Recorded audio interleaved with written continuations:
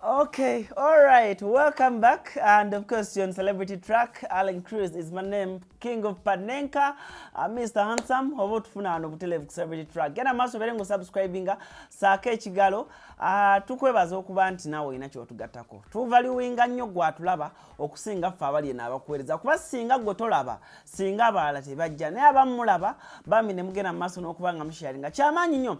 Kyovola Celebrity Track twaleseewo ekintu nti enamba gyolaba wansawo osindikawo ka video okitegeera kuba ino YouTube tosobola kugamba nti kanteekewo ka video kange mu comment. So you send in your video kwekyo kye tuba tuwogeddeko, oba oyagala okwongera ku ttaala oba okwongera to enlighten you ku kiba tuwogeddeko. Alan Cruz gemanya Mr. Handsome, King of Panenka. Mbanyingire ku Facebook Alan Cruz Official, ate nga ku Instagram oba ku Instagram Alan Cruz Official, ate ku Facebook oba omuntu nnyo Alan Cruz.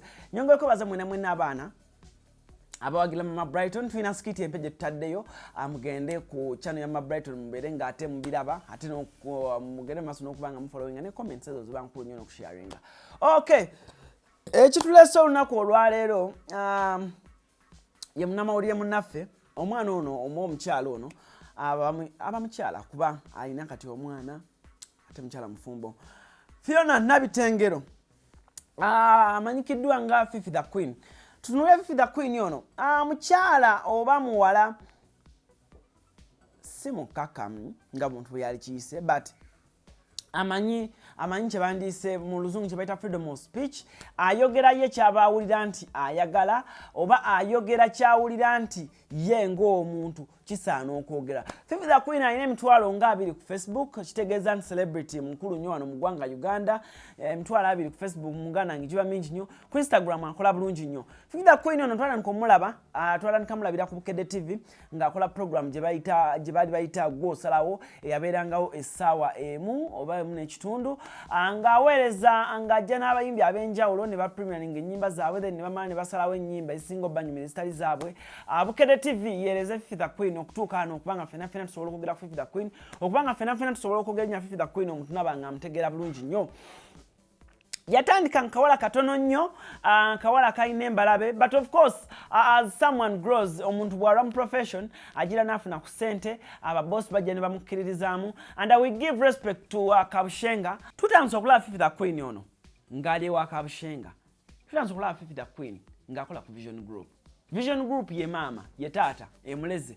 Fifi the Queen yasomera ku YMCA, if I'm not mistaken, nga myaka gye yasomeramu mwalimu aba Ibrahim Kasoyi Wawerekozo Extra, n'abala bangi nnyo. So Fifi the Queen, with due respect, I thank you so much nti wavuddeyo n'osirika ku byogerwa bonna byonna. Buli omu avuddeyo n'ayogera ensonga ze ez'enjawulo. Fifi the Queen bamugobye, Fifi the Queen bamugobye ku Bukedde TV, Ransu yakwagira Power ne guno naye bamugoba. Brother, sister, Fifi the Queen is not yet fired. Fifi the Queen tebannamugoba. Vision Group erina abakozi bangi abamu be mutamanyi naye nga mikwano gyaffe abawumuziddwamu. Company ezimu zirimu kukoleramu shifts. Ono akola wiiki eno, oli naakola wiiki eno, naakola weeks 2. So ebigambo ebyogerwa bw'ogenda Facebook page ya Fifi the Queen talina kyayogedde. That's a true journalist, n'okubanga omanyi okusoma omuzannyo guno bulungi nnyo. Okitegeera Fifi the Queen tannagobebwa, akyaliyo. Bw'ogenda mu maaso n'osoma embeera munda ku ssimu gye mbadde nkubye munda awo ku Vision Group, bantegeezezza nti waliwo shifts ezigenda mu maaso okukyusibwa n'abakozi okukyusaamu. Okitegeera olw'ekirwadde kino kya coronavirus, abantu tetukyakola wiiki ono n'akola mwezi ku mwezi, no, bakyusaamu. Teweewunya ng'olaba Fifi the Queen ku TV lw'ojja okutegeera nti Alan Cruz ye nannyini mawulire mu Uganda wano, era bw'ojja okutegeera nti embeera eriwo yonna nti Alan Cruz bangi bulungi nnyo. Fifi the Queen byakoledde ku Bukedde TV n'okutuuka kati nga munene y'omu ku bawala aboogera no media industry ya Uganda, ayogera ekintu ekitambula ensi yonna. Okitegeera she's a big brand. Radio oba TV tesobola kwemalako brands zonna ng'egobangobe, no. Ojja kwekanga nga Bukedde TV ekyayina Fifi the Queen ku mpewo. Bloggers ab'enjawulo buli omu ayagala okukola ssente. Tabloids ez'enjawulo buli omu ayagala okukola ssente. But kiggwera mu kintu ekyo time let's give things time. Si kumala gwogera because onayagala views yo, onayagala chi, onayagala bino, onayagala video zitambule, no. Fifi the Queen azalidde ku Bukedde TV. Fifi the Queen abamuwasiriza ku Bukedde TV. Akoze emikolo gye ng'ali ku Bukedde TV. What does this mean? Wali waka. Bukedde is home.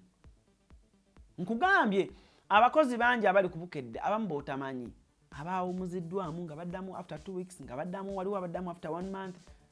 That's how shifts bwe ziri mu kutambula.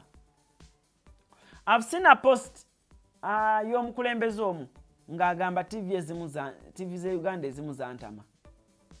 But I mean, buli TV erina engeri gy'operatingamu.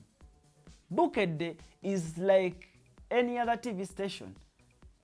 Be bamanyi ebyabwe eby'omunda. Let's stop judging. Let's stop. Omanyi ekigambo kuyitibwa kugoba kibi. Omuntu n'oteekako munne ekigambo mbu yagobeddwa. Okay. If you the Queen, let's say yagobeddwa. Okay, gwayogera omanyi nsonga ki?